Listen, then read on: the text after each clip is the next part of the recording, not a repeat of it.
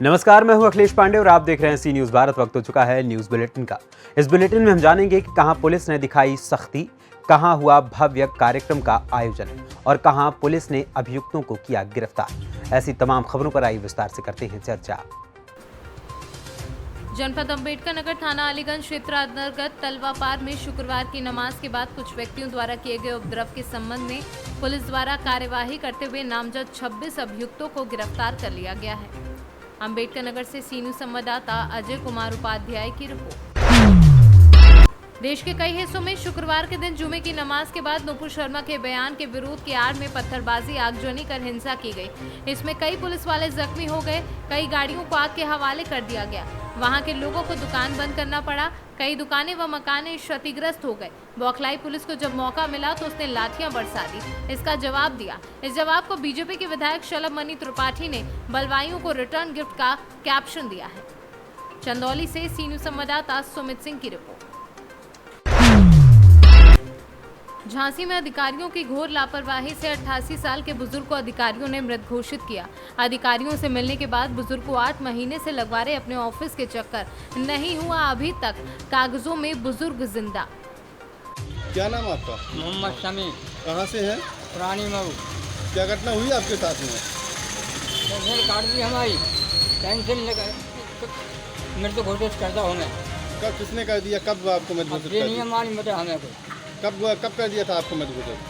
अब 8 महीना हो गया, 8-9 महीना से पेंशन नहीं मिल रही हमको। आपने शिकायत की है? शिकायत की है, एडीएम साहब के पास गए, जी बोले हो जाएगा बस। जी। तो कितने समय से घूम रहे हैं आप? हम 4-5 जगह 2 महीना हो गए। 2 महीने से? हाँ, अब वहीं से आया भी आज। जी जी। अब आप क्या चाहते हैं? अब ये ऐसा है कि हमारी मिलने लगे तो बहुत सारा अच्छा है, पेंशन मिल जाए हमारी तो खर्चा पानी चले। वो होश नहीं है कि विकलांग वैसे ही बड़े हम। किन कागजों में आपको मजबूत किया गया था? अब ये पता नहीं अपने को बेटा। आप अधिकारियों के पास गए थे?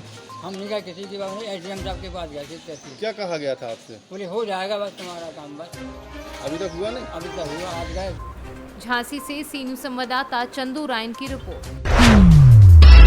जनपद मिर्जापुर के अरोरा थाना क्षेत्र के अगवार गांव में 2 दिन पहले 17 वर्षीय अमित कुमार के हत्यारों को पुलिस ने गिरफ्तार कर लिया है।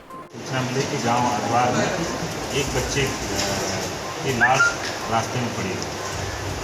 इस सूचना पर थाना अरोरा थाना के सीओ ऑपरेशन और खुद मेरे द्वारा और कप्तान साहब के द्वारा मौका मुआयना किए गए और जानकारी करने के लिए पाया गया कि होरीलाल प्रजापति हैं, ये उनका पुत्र अमित कुमार प्रजापति।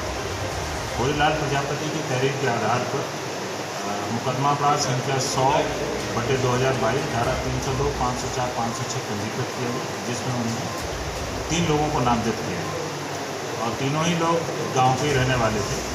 बाकी इन्वेस्टिगेशन के दौरान जो बातें सामने आई हैं, इसमें एक जो अभियुक्त है संजीव और गोलू सन ऑफ श्रवण, जो कि गांव का ही रहने वाला है।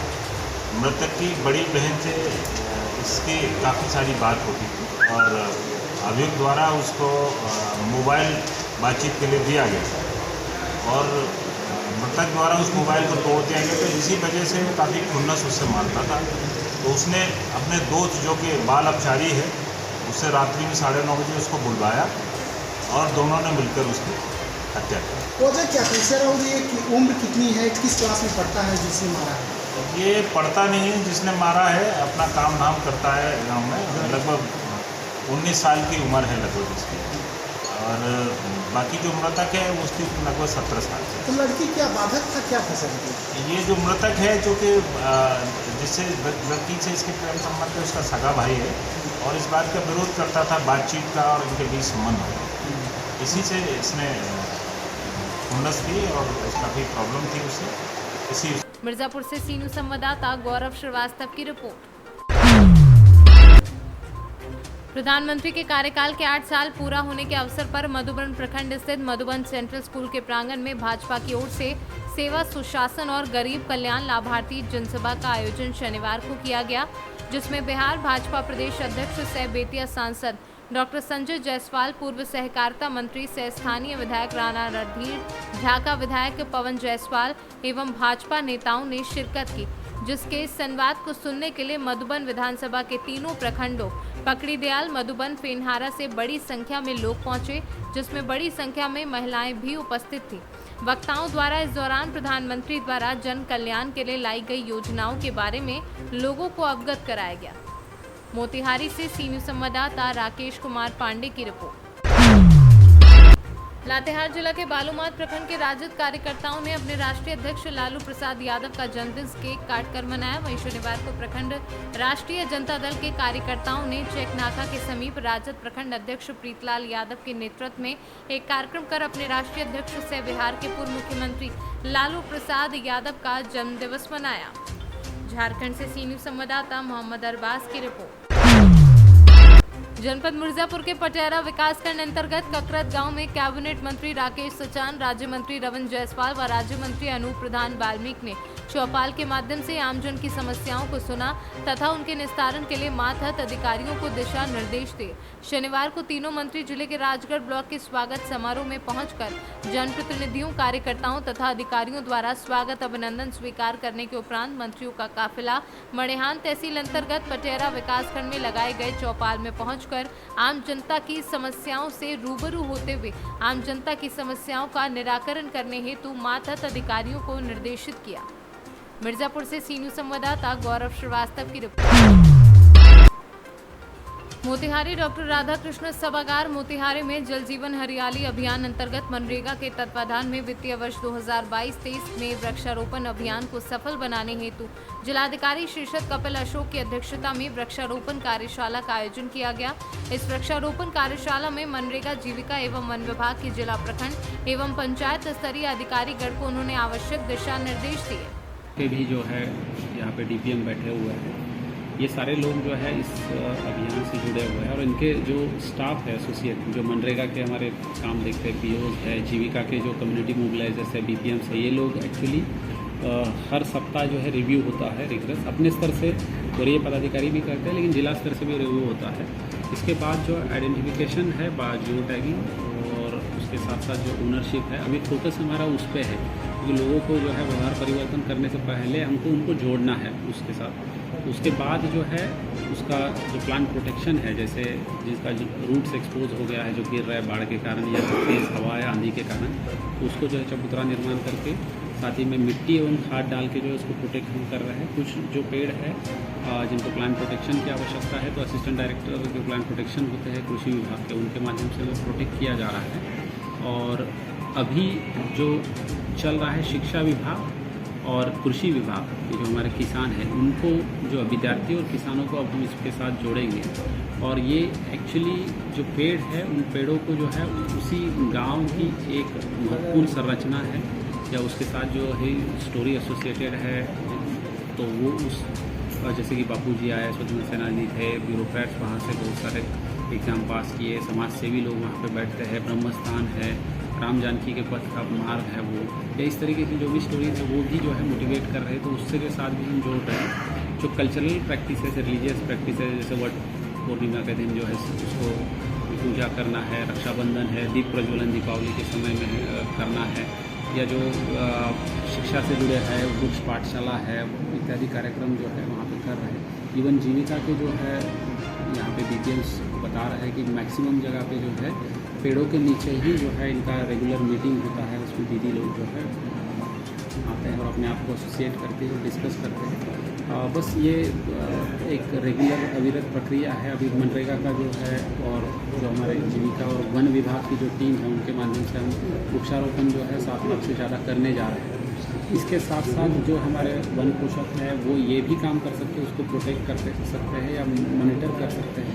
इस तरीके से कन्वर्जेंस पे भी हमारा जोर है ताकि जीरो बजट में जो है हम लोग जो है इन पेड़ों को बचाएं। अभी 12,000 जो पेड़ है वो जियो टैग हो गया है, हमको पता है कहाँ पे है, लोग उसके साथ जो है 58,000 से ज़्यादा जुड़े हुए हैं। तो कौन लोग उनके लिए तत्पर है उसको बचाने के लिए, तो ये एक अच्छा सिंक्रोनाइजेशन हमारा हो रहा है। मोतिहारी से सी न्यूज़ संवाददाता सचिन कुमार अंशु की रिपोर्ट। जनपद एसओजी सर्विलांस तथा थाना मिश्रौलिया की संयुक्त पुलिस टीम द्वारा बसों में यात्रियों से एवं घरों में चोरी की घटना करने वाले बहेलिया गैंग के 6 शातिर सदस्यों को गिरफ्तार कर कब्जे से चोरी गए सोने व चांदी के आभूषण व नकदी एवं 2 अदद देशी तमंचा, 315 बोर, 2 अदद जिंदा कारतूस एवं चाकू बरामद किया गया है। नगर में थाना मिश्रौलिया में मधवापुर के पास में मिश्रौलिया की पुलिस, एसओजी की टीम और सर्विलांस की टीम के द्वारा एक गैंग के 6 सदस्यों को गिरफ्तार किया गया है। ये लोग मैनपुरी के फर्रुखाबाद के रहने वाले हैं, बहेलिया जाति को बिलोंग करते हैं और ये लोग बसों में और अन्य जो वाहन हैं इस प्रकार के जिसमें सवारी चलती हैं उनमें बैग से चोरी करते हैं, घरों में घुस के चोरी करते हैं। इस तरीके के गैंग के 6 सदस्यों को गिरफ्तार किया है। इसमें हमारे जनपद में थाना सिद्धार्थनगर में, थाना चिलिया में, थाना डेबरुआ में इस तरीके की घटनाएं पूर्व में हुई हैं चोरी की और बसों में चोरी की, बैग चोरी की। उनका अनावरण किया गया है और उसमें जो चोरी हुई संपत्ति थी, जो सोने की, चांदी की संपत्ति और इत्यादि संपत्ति थी, वो इनके पास से बरामद हुई है। इसके अलावा ये लोग जो ब्लेड लगाते थे उंगली में, फेविक्विक से ब्लेड को चिपका लेते थे उंगली में और उससे बैग को काटते थे, वो ब्लेड भी बरामद हुए हैं। जिन बैग को ये नहीं काट पाते थे उनके लिए लोगों ने मास्टर चाबी बना रखी थी। मास्टर चाबी से बैगों का लॉक खोल के चोरी करते थे। ऐसी मास्टर की भी इनके पास से बरामद हुई है। बहुत ही शातिर गैंग है और अगल बगल में भी इनके द्वारा बताया जा रहा है कि घटनाएं अगल बगल के ज़िलों में भी बसों के अंदर, गाड़ियों के अंदर इन्होंने की हैं। इनका पूर्व का आपराधिक इतिहास भी पुलिस के द्वारा खंगाला जा रहा है। ये भी इनके द्वारा बताया गया है कि इनके गाँव के काफ़ी लोग इस तरीके की घटनाएं करते हैं, पूरे उत्तर प्रदेश में घूम के, उत्तर प्रदेश से बाहर भी घूम के।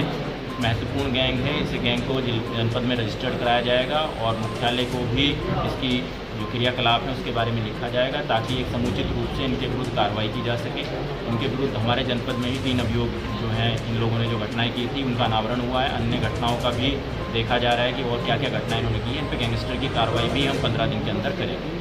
उनको इनाम दिया गया, मेरी तरफ से 25,000 का इनाम दिया गया है और एडीजी महोदय से रिक्वेस्ट किया गया है कि इसमें 50,000 का इनाम का मोडस ऑपरेंडी है कि ये मैनपुरी के फर्रुखाबाद के रहने वाले हैं। किसी भी ज़िले में ये लोग किराए के मकान में रह लेते हैं। हमारे जनपद में ये इटवा थाना क्षेत्र में किराए के मकान में रह रहे थे और सुबह ही अपना सब लोग निकल जाते थे बसों में या जो ट्रेन्स हैं या जो भी वाहन है जिससे लोग जाते हैं और घरों की भी रखी करते थे। घटना घटने के बाद जहाँ पे रह रहे थे वहाँ पे आके अपने सामान को रखते थे और एक आदमी कोई भी इनके साथ का उस सामान को वापस जाके मैनपुरी जहाँ जो इनका घर है वहाँ पर रख आता था। इस तरीके की घटनाएं, इस तरीके से लोग घटना कारित करते थे। जब काफ़ी घटना उस जनपद में हो जाती थी या आसपास के जनपद में हो जाती थी, उस जनपद के किराए के मकान को ये छोड़ के और फिर किसी और जनपद में किराए का मकान ले लेते थे। इन्होंने ये भी बताया है कि अभी इनके गैंग के और भी सदस्य हैं जो अगल बगल। सिद्धार्थनगर से सीनू संवाददाता विजय मिश्रा की रिपोर्ट। काशी धर्म परिषद की बैठक में पारित हुए 16 प्रस्ताव। बालक दास ने कहा कि देश में जिस प्रकार अराजकता फैलाई जा रही है और अशांत करने की कोशिश नुपुर शर्मा के बहाने की जा रही है, संत समाज इसको लेकर चिंतित है। नुपुर शर्मा को मिलने वाली धमकी पर संत समाज ने नाराजगी जताई। कहा ऐसे लोगों पर प्रशासन तत्काल बड़ी कार्यवाही करे। महाराज जी, आज की बैठक में क्या प्रस्ताव पास हुए हैं और क्या रहा आज की बैठक का मूल मुद्दा? मूल मुद्दा ये है कि जिस प्रकार से अराजकता फैलाई जा रही है और अशांत प्रदेश को करने की कोशिश की जा रही है नुपुर शर्मा के बहाने, तो यह संत समाज चिंतित रहा और देश जब जब अशांत की ओर बढ़ता है तो संत समाज चिंतित होता है। जिस प्रकार से जुम्मे की नमाज पढ़ करके और बाहर निकलते हैं और टीका पत्थर चालू हो जाता है, कहीं ना कहीं से उस नमाज में क्या पढ़ाया जा रहा है मौलवियों को द्वारा, इस पर जो है प्रशासन तत्काल ध्यान रखे और उस जुम्मे की नमाज को पहले तो तत्काल बंद कर देना चाहिए जिससे देश अशांत हो रहा हो। और जिस प्रकार से लोग बैठ करके टीवी चैनलों पर अंड का बंड बक रहे हैं, हमारे भगवान पर टिप्पणी कर रहे हैं, कभी जो पर्सनल पार्ट की बात करते हैं तो कभी फुटपाथ पर शिव जी को बैठने की बात करते हैं, कभी हमारे शिव जी को ग्रिल से छेद करने की बात करते हैं, तो कहीं ना कहीं से ये सारी चीज़ें देश को अशांत करने की बात हो रही हैं। और बेटी को नूपुर शर्मा को जिस पर बलात्कार करने की धमकी दी जा रही है, इससे संत समाज चिंतित है कि जब दिन दहाड़े एक बेटी को जो है बलात्कार करने की धमकी दी जा रही,